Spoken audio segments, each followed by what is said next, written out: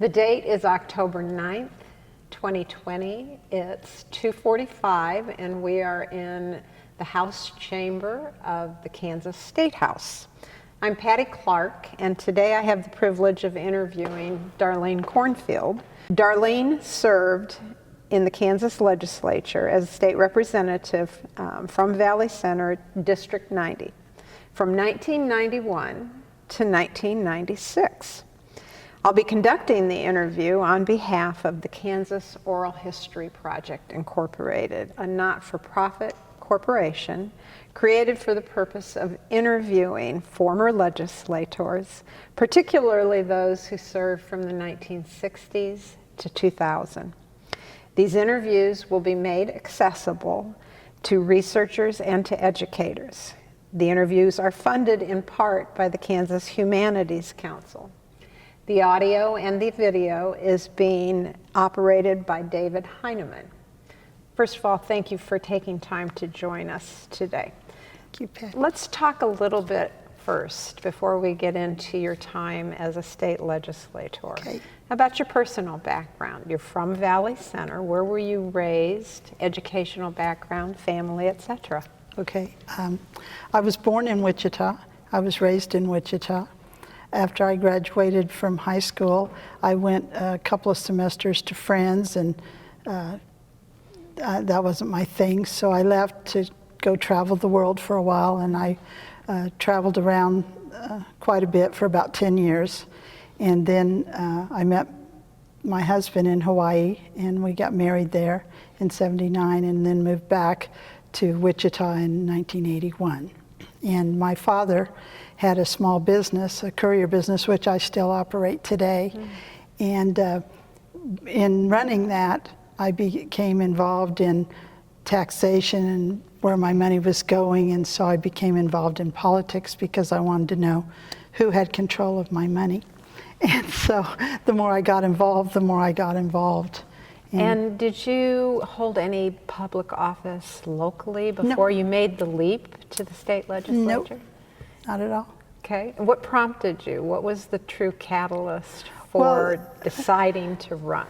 Well, the primary thing was I was living in Valley Center, and by this time I had helped Lee Thompson. That was the first campaign when he ran against Glickman several years back in the 80s.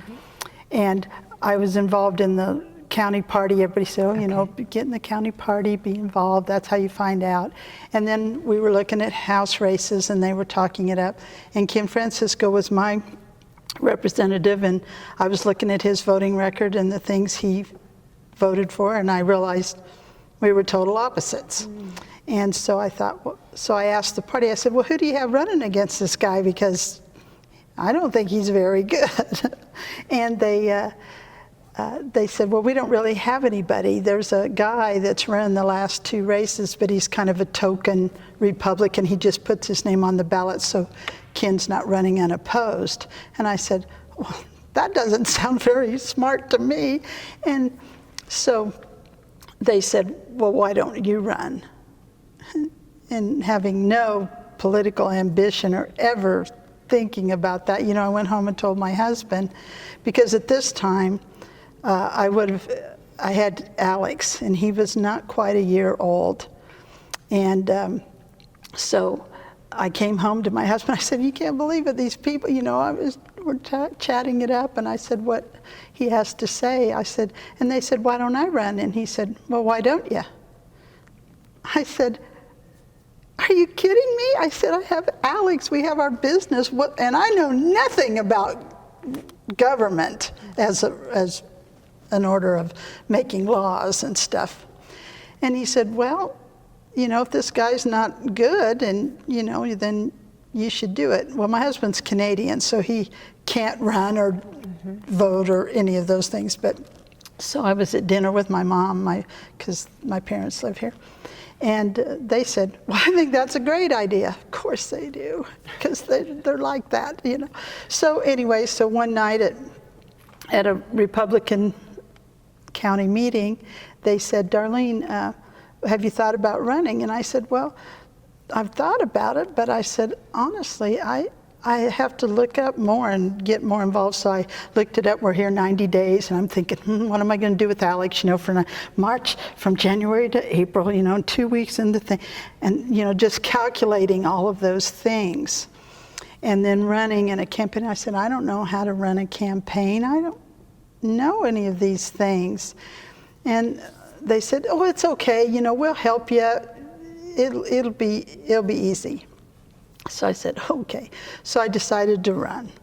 And I put my name in, and then I was at somewhere, I can't remember, I think at a Republican meeting, and I do a lot of cooking and things. And so one night at the meeting, I stood up and I said, well, I've decided to run for the 90th district, and I don't know much about fundraising, but I do cook. So I said, I'm going to sell pans of lasagna for $30 a pan. I sold 1,000 pans. So I was cooking a lot. A lot of lasagna. and I can't remember I cannot remember his name, but he was a writer for the Wichita Eagle, and he naturally wrote an article about that, how times are changing. Here's the latest fundraising technique thing that we've never experienced before. And so that's I did that, and I didn't solicit any PAC money. I didn't really even know much about PACs or anything like that.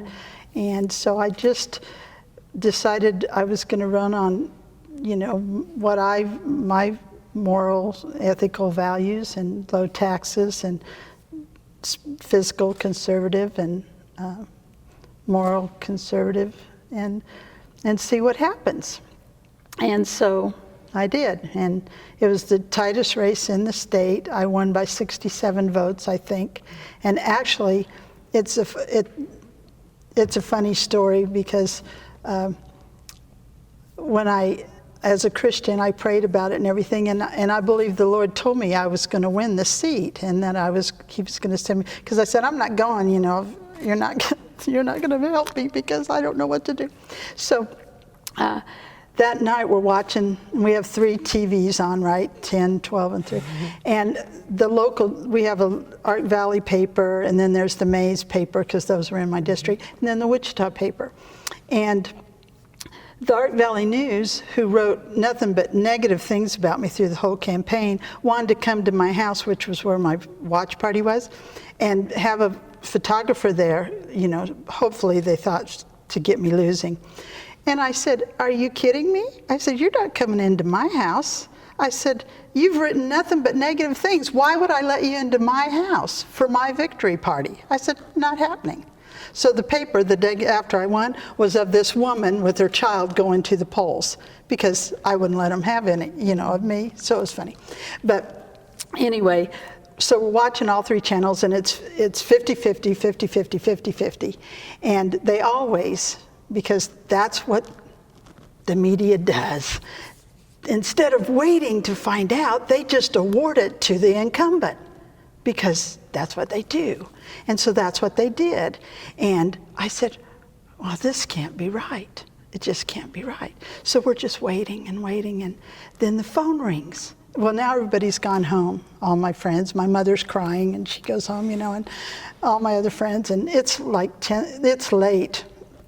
And the phone rings, and it's Channel 3. And they said, well, what do you think about upsetting Ken Francisco? And I said, well, I don't think I did. And they said, well, and so the guy starts doubting himself, and he goes, oh, well, maybe you didn't. I'll call you back. And so he hangs up. And so I tell my husband, I said, you know who that was? He said, I said, it was Channel 3, and they said I won. And he said, well, you can't believe anything the media says. So we're still sitting there, and then the phone rings again, and it's the Art Valley News, and they send poll watch workers to get the actual tally and stuff. And they go, well, Darlene, what do you think about it? I said, now this is getting confusing. They said, well, we're pretty sure you won. I said, well, do you mind calling me back? So I called because most candidates have somebody at the election office, because they're like that. I'm just not a political hack. I was just going to wait, and if I won, I won. If I didn't, I didn't. So I said, can you hang on to that thought? I just want to calling me. So I called down to the election commission's office and I said, hello, this is Darlene Cornfield. I just want to see, do you have the count of the 90th district? And I know these people are going, is this person? And they go, well, we unofficially have you as the winner. I said, okay, thank you. So I hang up the phone, then the phone rings again, and it's channel 12. And they go, can you come down here for an interview? You're one of the few, women that have upset and stuff. Can you come down? I said, okay, sure. So I go down and everything. By that time, I get back home because we didn't have cell phones like the crazy, and I call my friend, my best friend, and she's in bed. And I said, Becky, guess what? I said, I really did win. She said, gosh, I miss all the good stuff. And then I called my mother, and my dad answers the phone, and I said, Dad, it's okay. I said, I did win. And he said, oh, thank God, your mother's in the backyard crying. I sent her outside. I got so tired of listening to her and stuff, because she's going, we should have used that stuff, because he had some, like Joan said, some personal issues that made news and stuff from Topeka. But I didn't use any of that, because what good is that? To show he's a scoundrel, I could be, for all you know, but anyway. So anyway, I ended up winning that race. And so let's jump to your first 2 years. Okay. You had a very interesting beginning. Yes. A novice who had Yes. never run for public office. Right. What did it feel like entering this chamber for the first time? Well, what were your first 2 years like? It was pretty awe-inspiring, and I was anxious to learn what to do and what went on, because I didn't want to be uninformed. I didn't want to be a novice for very long. I wanted to know what was going on. But the first year I was here was the first time the Democrats took control of the House in, I don't know, a long time. Mm-hmm. And so I was kind of singled out as the one, because they had all the races picked and they didn't pick mine. So I was kind of the one. And we sat, the minority sits on this side. Well, back then you could still smoke in back there was the smoking room. And I sat right back there on the end. And 2 weeks after I won the election, before we came up here, I found out I was pregnant. So that was a shocker, because had I known that, I would have withdrawn and not run. Because I had Alex, who was 12 months old, and I'm going, well, he'll be 14 months when we come up in January, and how am I going to handle that 90 days? Because I'm kind of a hands-on mom, and everything. And then after the election, I found out I was pregnant, which turned out there was actually 4 of us pregnant. Sheila Hockhauser, myself, and Susan Wagle, which were known, but Donna Whiteman was pregnant and she didn't tell anybody. And so there was actually 4 of us pregnant, but everybody was due after the session, except for Carrie came in the 4 days between the end of regular session and and the start of veto. So he was 4 days old when we came back. So it was rather uncomfortable for me, because if that door was open, the smoke would come in, and I would have to ask, can you close the door, because the smoke really bothers me and stuff. And they had seated me between Dr. Alex Scott and, oh gosh, what was his name? He only served 1 term. But anyway, and they were always concerned because I'm short, so I get really, really big, and they kept saying, are you sure you're not going to have that baby now? Are you sure you're not going to, and stuff. So that was kind of funny. And I brought Carrie up, once veto, I did bring him up the 4 days that we were here and had him with me the whole time. And which was novel. Yes, it was pretty unusual at that time. Yeah, not a normal practice in those days, correct? No, right. And it was pretty lonely, because one, being in the minority, and I was new, so I didn't have a lot of close friends or anything I'd made yet. And then Alex was, like I said, just 14 months old, and I took him with me every night to all the social engagements and political things that we were invited to attend to, find out what's going on in different organizations and stuff like that. So that kind of put people off a little bit, that I was traveling with this child and stuff. Do you think it's changed? Oh, well, It just in the 6 years I was there, it changed. Okay, talk about that. Because from when I had Kerry and he was for the 4 days of the veto, of course he stayed with me or in the back. By the time I had Miley, which that's why I retired, because in '96 I found out I was pregnant with Miley, and Miley was born February 29th, which left a lot of time left of the session, right? So I had her back there, and I brought her every day, all day, and I had 3 roommates that were women legislators, and we used to talk about motherhood and babies, because you do that as mothers. And I would say, well, Carrie and they were perfect babies, so they never cried. And my friends thought I just couldn't remember. Who couldn't remember what your kids do?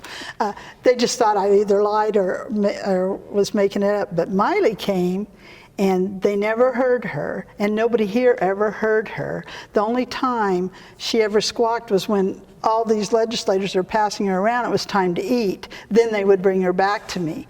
And I can remember some of the lobbyists saying, because they always sit in the gallery, they said, Darlene, it used to be so boring here. Now we take bets on how many people are going to hold your baby during the session.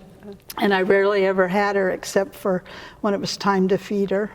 And so that was great. Let's talk a little bit about the committees you served on. Tell the audience which committees you served on and why they were of particular interest to you. Well, when you're low man on the poll, I don't think you get much choice in that matter when you're first here. But I served on insurance, which was interesting, which is kind of, I have a small business, so that kind of was interesting to learn, and stuff, and labor and industry, and pensions, and let's see, I think I had 4 local government, which is really boring. Nobody likes it because it's all pettiness of the local cities squabbling for what their problems are and stuff like that, and they bring it up here when they can't handle it. So it was kind of not a really fun committee, but like necessary. I said, but somebody has to be there, and when you don't have much seniority, that's what you get. So, but, and then my first term, pensions was a big thing, because they were trying to pass a big legislative pension. And in coming up and arguing and fighting that and learning about that, I found out about the secretarial pension, which was totally a unique device, and I ended up proposing a bill to end that, and I did, but it was hard fought and stuff, being a freshman trying to overturn something that was kind of an established. What was the biggest surprise to you in your first 2 years, your first 4 years? I think my first big awakening was, I think, when I had, I think it was there was a bill that was in committee, in conference, when they go from the House and the Senate, and then they go to conference to reconcile them and then bring them back out. There was a bill in there that I wanted to get voted on, and it wasn't going to come out of committee. So I was just going to make a motion to concur with the Senate amendments as it was. And when that was my mistake, telling them I was going to do that, because when they heard that, then they put it in conference, because then I couldn't make the thing, and then they watered it down and brought it out and passed it. So it wasn't, because if I'd have got the votes, because nobody would have wanted to vote against it. So process was there was some legitimate procedures, but I was just unaware of them totally, because you can't learn everything there for your first term. Session. Yeah. So, what was your biggest disappointment? Oh, let's see, biggest disappointment.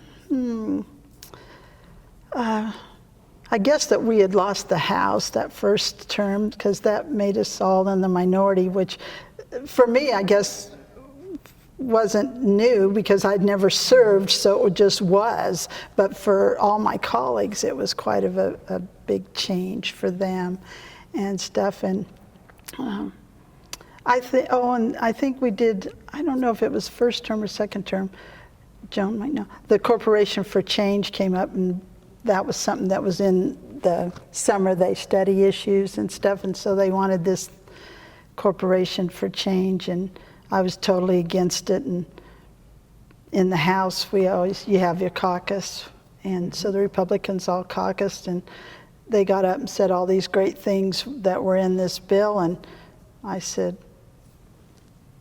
let me tell you what I think's in this bill, because I didn't think they totally represent. So I kind of did. Anyway, I persuaded a lot of people to vote against it, and it was actually going down. And Barbara Lawrence, who's a Republican and friend of mine, voted for it, which put it over the top. Over the top. Well, so I was disappointed that that went through, because I thought it was really bad legislation. And in a couple of years before I retired, or in '96, they repealed it and did away with it. So I was right. What were some of the other issues of the day in 91 to 96? Well, let's see, I think in my second session, when I was reelected, I think workers' comp was a big thing, and I was on labor and industry, so we were handling that, and I did, I headed a subcommittee on that. And I think we did good work. Obviously, it's a very difficult issue, and it's very hard to change and make it fair for all the parties. I find workers' compensation kind of a, I don't know, I wouldn't say an unfair thing. The premise behind it was really good, is that it protects the worker and the employer. You don't sue them, and they meet your needs. But obviously, the employee didn't think they got it right, and the employer thought he was getting abused, so they end up suing anyway.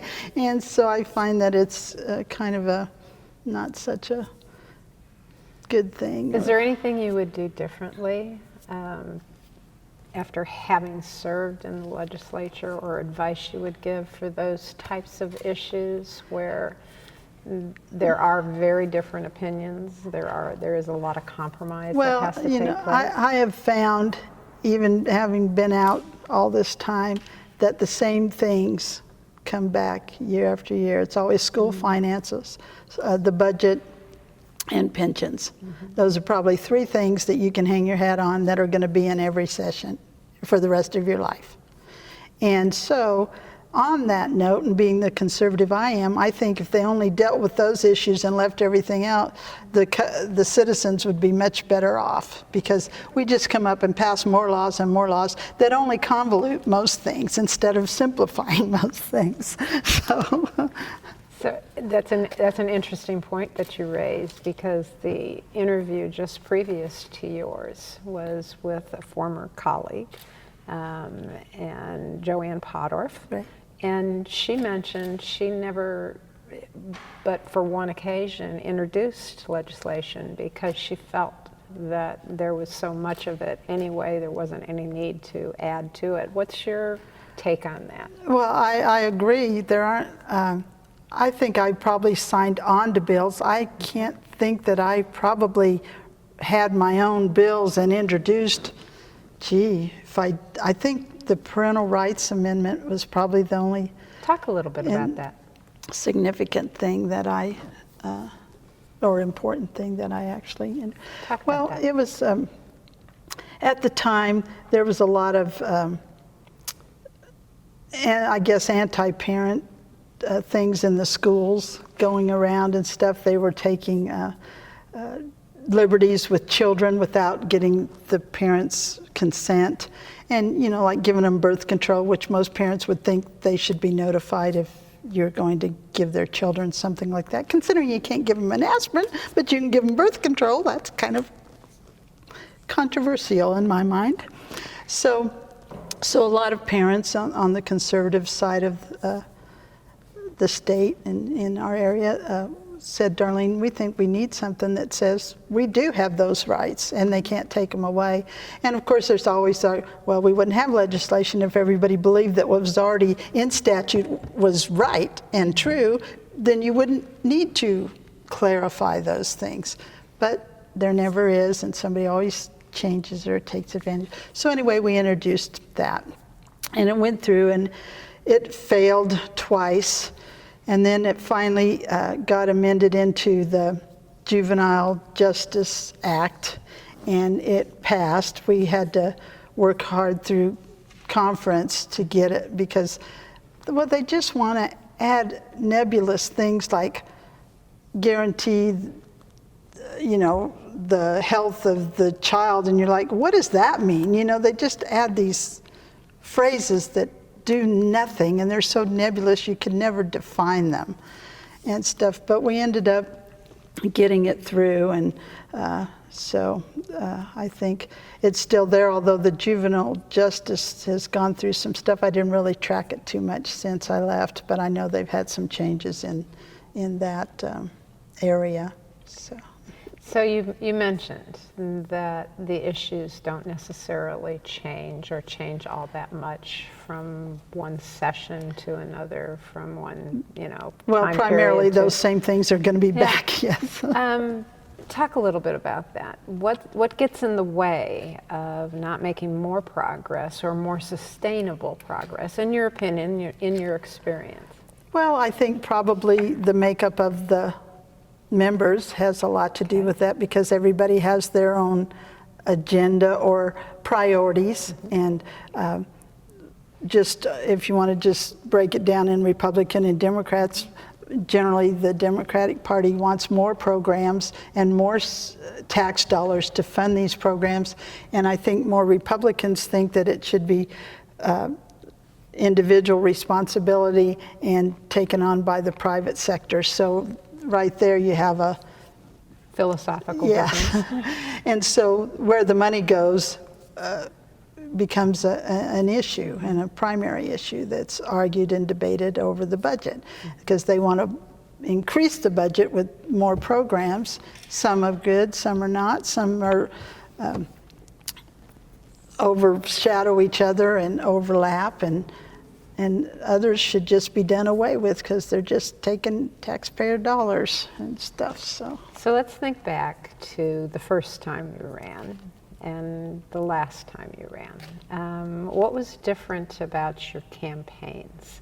What was different? Did you have more of an agenda the last time you ran? Well, and if so, how did you express it? I've always had the same agenda, and that's to do good government. Okay. To come up and represent my district and do what I feel that they want, which is less taxes and more fiscal conservative.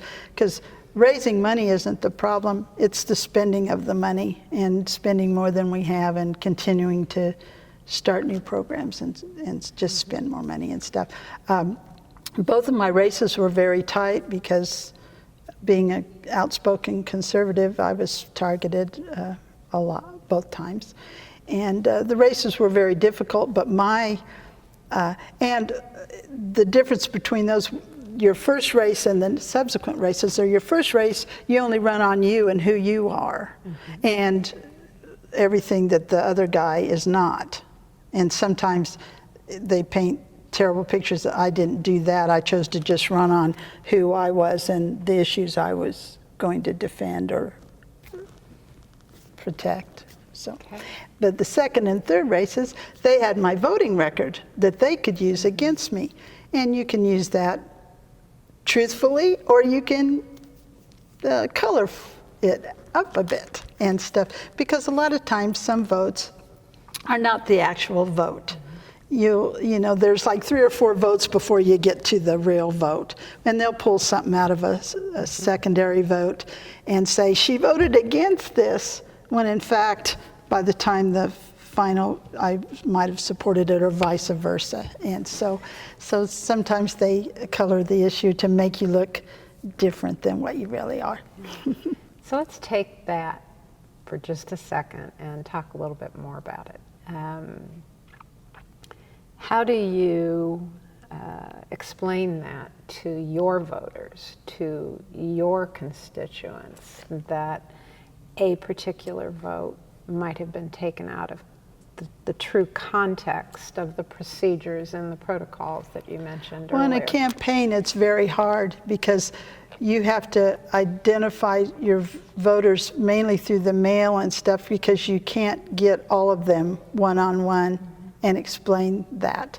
Because they can do a one one-liner, she voted no against taxes, or, she hates pensions, or education was the big one. The NEA would send out all kinds of things about how I was anti-education and hated education and stuff like that. So it is hard to let them know the truth, because it takes me 3 paragraphs to explain that one little paragraph.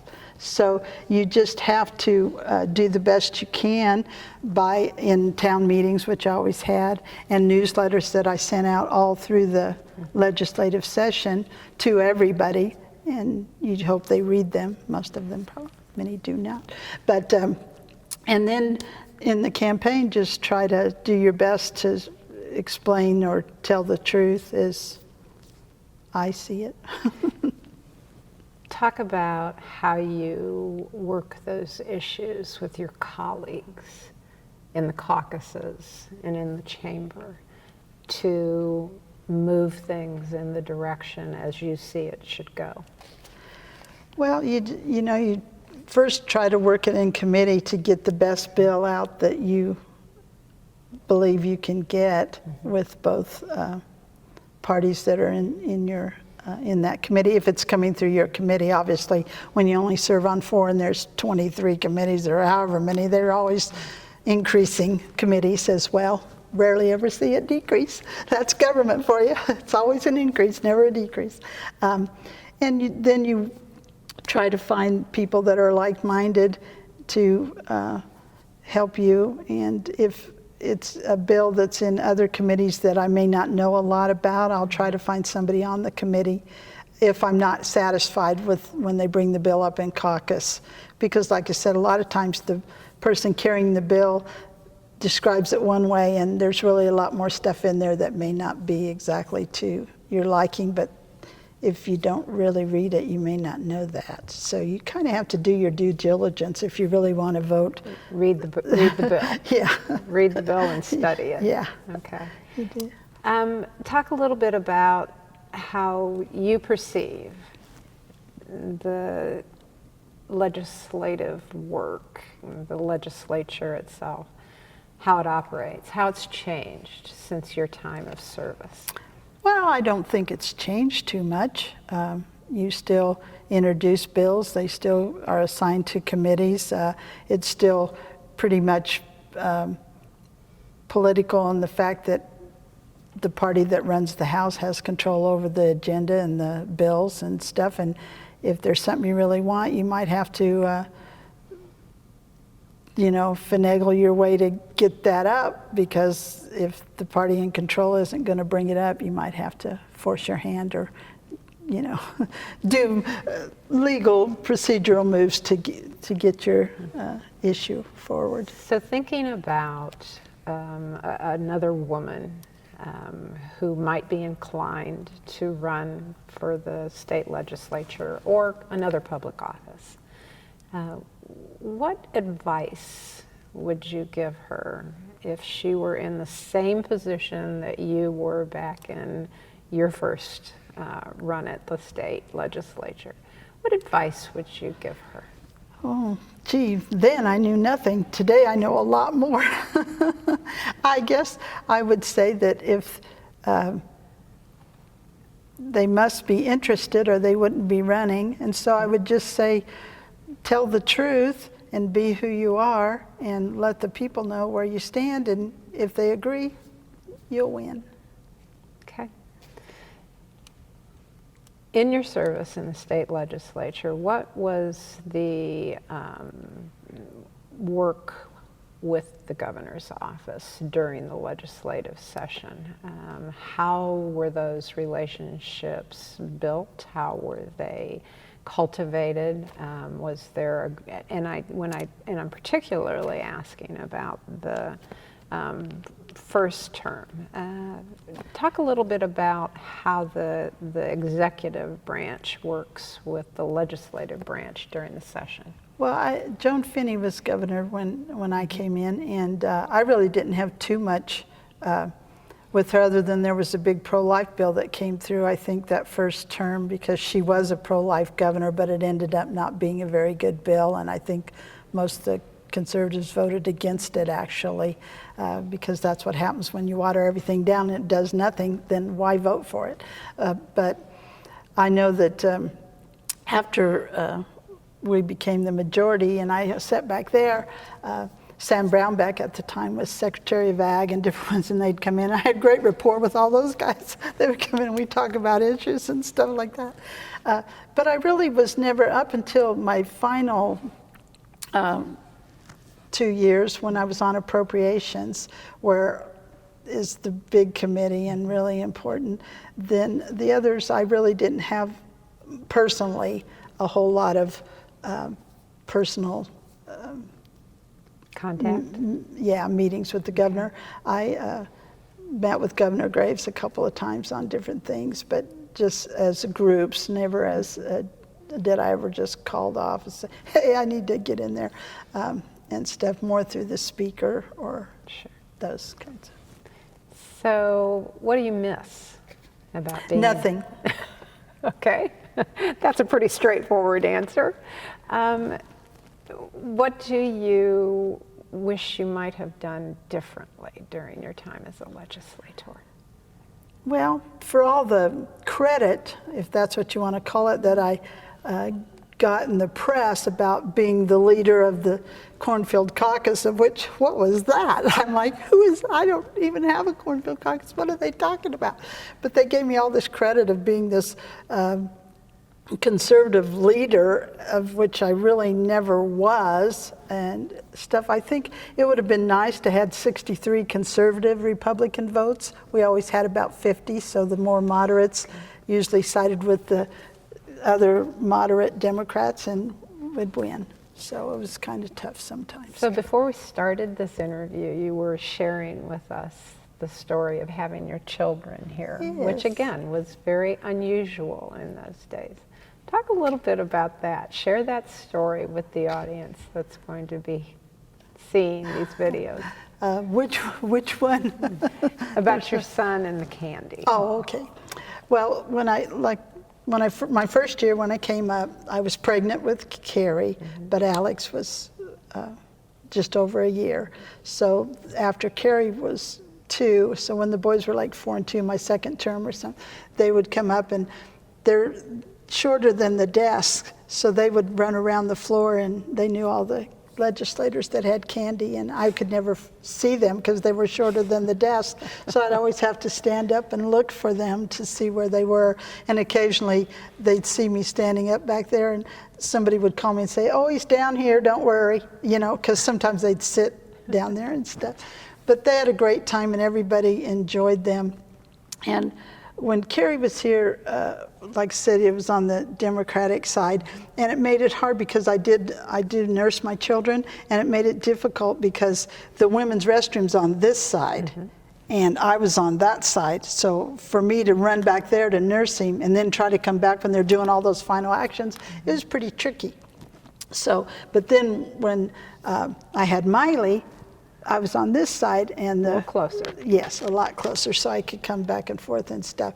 And by the time Miley came, during veto sessions and stuff, you would see all kinds of grandchildren down here. When I had Carrie, there was nobody here that brought any children during the veto or long nights when we were having long things. Sessions. But whenever we would have long days, I would call my mother and I'd say, bring the boys because I'm not getting home. And she would bring them, and they would hang out with me because I wanted to be with them. But by the time from 91 to 96, there was quite a change, and Miley was readily accepted. Everybody wanted to hold her, and everybody enjoyed her, and there was no, there were only probably a few people that thought that it was inappropriate, which to me I thought was kind of funny because they were the people that thought women's lib and do what you want, but yet they thought it was strange that I would bring my daughter, which I would think that would be the epitome of being a good woman's mother and working and bringing her child to work. But So talk a little bit about the challenges of juggling all of that, paying attention to floor action, nursing your child, the evening gatherings you attended? What advice would you give to other women? Well, I would say don't be pregnant when you come in, because you don't know when they're going to be born. No, see, and I didn't know with I knew Miley obviously would be born in February, but I didn't know about Carrie, and everybody else had. I don't know if they planned that or not, but they all came after. But anyway, I would just say, that's a decision that you have to make as a mother, knowing, because like I said, I agonized a long time before I decided to run, knowing I only had Alex, not that I was expecting a second one. And so, and I didn't want to not be with him. He came with me. A lot of mothers leave their children wherever their home is, but Alex came with me the whole session. I had him with me on Mondays and Fridays, Tuesdays, Wednesdays, and Thursdays. I left him with a nanny, and then I picked him up every afternoon and had him every evening. And I was comfortable with that. Then when Carrie came, my mother came to Topeka with me, and she had both of them here with me all week. And then when I couldn't get away, I would say, bring them over. I'm going to be here all night. And so she would bring them over. And then on Fridays, because we generally just met on the floor, I would bring them on Fridays anyway. And then when Miley came, like I said, she came February 29th, so there was still 6 weeks of session left. And because I am a nursing mother, I just brought her with me every day, and she was just never, ever. Nobody would, unless you saw that little pink bundle running around, nobody ever knew she was even here. So thank you, Jesus, for that. Because other babies cry all the time, but mine. Darlene, we want to talk a little bit about personal identity now as it relates to your time in the legislature. We're going to loosely define personal identity as gender, age, race, class, sexual or gender orientation, marital status, etc. During your time in the legislature, did you experience times where you believe your personal identity influenced your ability to help pass policy, work with your fellow legislators, or provide services back to your constituents? Were you ever given committee assignments or tasks that you believe were functions of your personal identity? I'll have to think about that. By the time I came up, there were quite a few women. There was like 38 of us. Okay. So we were we were a minority, but not a minority, like I wasn't the only woman. And I think most of my committee assignments and the things that I was assigned weren't due to my being a woman per se. I think they were just based on how many people were in the Republicans and your seniority in the pecking order of the leadership. So I don't feel like I was put on any committee because I was a woman, or that it would help or not help. I don't think so. I think I was just put there I was looked at as a person, a Republican that needed to serve on committees and stuff. So I don't think that played a role. And with your colleagues? Did it play a role? Actually, I get along better with men than I do with women. I never officed with any woman. I was always in offices with only men, which I didn't have a problem with, and I never even noticed it, except for when I would go to some of my colleagues' offices. The women were always with women. I was the only one that always had that officed with all men. I don't know why, but it was okay because I was happy, so it was good. But I didn't notice that. I don't look for those things. I try to just come up here and do a job, and I don't look at, well, gee, why did they put me there? Is it because I'm, I just don't look at things like that, and I didn't see that. Okay. So I don't feel that that ever came into play. Okay. So is there anything we have not asked you that you Oh, probably. wish we would have asked? And if so, what is it? Well, I don't know. When you put a person on the spot, they can never think of it. And the minute we're done, I'll think of 22 things. I enjoyed my time as a legislator. I learned a lot. I think it's good to be involved and to know your government and know what goes on. I think every person should come up and see something See how it introduced works. and through to the end to see. Or now that you can do everything online, you can track and watch and see where it's going, even though you maybe not get to hear all. And even now, I think, I don't know if are the committees on audio now? Most of The them. House is. I didn't know if they're doing. Some So of so the now you committees can are. actually see and get the testimony and see exactly what's being said about an issue and stuff like that. And I think that's important that we do that. And so, but I think it's a citizen legislature, and I do not support term limits because I think that defeats the idea of the ballot box. I think you need to make the citizens responsible for their government, and if you take that away, they won't vote. They'll just say, the guy will be out next year. Let's just not worry about it. And I think that's wrong. But I think as a citizen legislature, I don't think you should come up and stay for 30 years. I think you ought to do good work and go home. Okay. And I might have stayed a little longer had I not had Miley, but maybe not much. 3 terms was good, but maybe, maybe one more or something. What's the biggest takeaway from your service as a state legislator? The biggest takeaway? Is that the issues never go away. They just come back in a different form. Okay, fair enough. Thank you very much for your time, Darlene. This has You're been welcome. a great experience. We really appreciate you making time Well, for thank this you. interview. Well, I enjoyed it. And just stay engaged. Well, I do, from afar. Yeah. The citizen legislature is important. So thank you very, very much. You're welcome. Appreciate having you today. Thank you.